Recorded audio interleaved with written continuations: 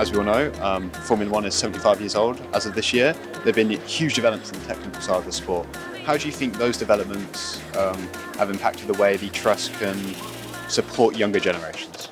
I think there's been a lot of technical development. I think that a lot of the younger generation are really interested in what's going on behind the scenes, the data, the engineering, what's making the car run, whereas I think previously broadcast was the car and the driver and we didn't look at all the other roles. So I think that means that there's more interest in how to get into Formula One, and that's hopefully allowing the Trust this ability, like today, to link students with all of the manufacturers that go along with that. What do you think is the biggest aspiration, biggest goals for the Trust moving forwards? I think it's to support the industry. Obviously the initial aim of the Trust was to help those people who were struggling, who had fallen on hard times, who'd maybe given a lot to the industry, and it was good for the industry to give something back to them. But I think moving forward we'll see more and more of this sort of engaging the industry with education, and that I think is a very important aspect. Okay, so growing up I knew that I enjoyed things like maths and physics, although where I wanted to take that I was never so sure of. Obviously as I learned more about it and I got more into my A-levels, my interest in it kind of just grew. I've always been quite curious, and I knew that I could take that into something like engineering. But then the next step from there was learning more about that as well. And whilst you can find information online, it's like a lot of it is very broad, but having the opportunity to come to an event like this and being able to speak to the people that have experience in it, or people that are of a more similar background to you that have just got into the industry, I think is infinitely more helpful than almost anything you can find online.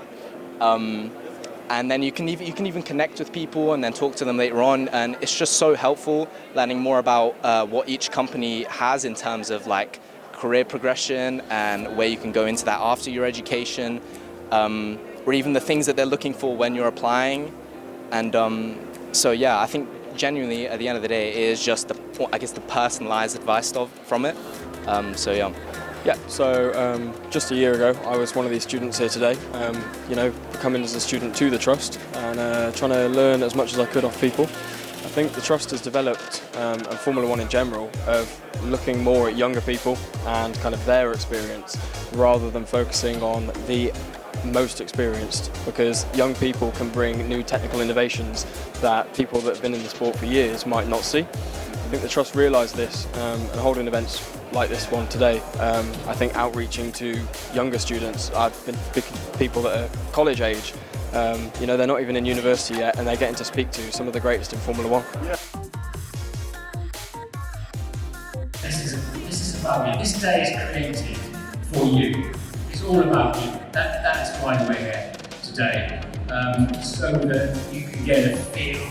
Hopefully you've seen the email that we sent out listing which companies are here today, which organisations are here, so you can prioritise that and get to speak to who you want to speak to. I've already spoken to 3 stand holders here who've employed young people from last year, our first one that we did this.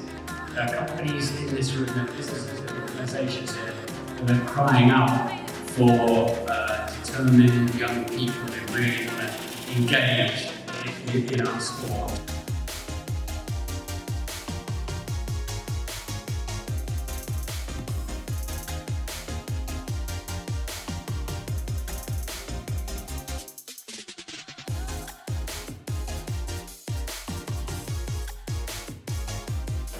I think expanding and drawing in as many students, young volunteers, men, women, across all backgrounds, to really diversify the motorsport industry, and to give everyone equal opportunity. I think that is probably the main step of what I know of, and that's what I'd probably put my thumb on.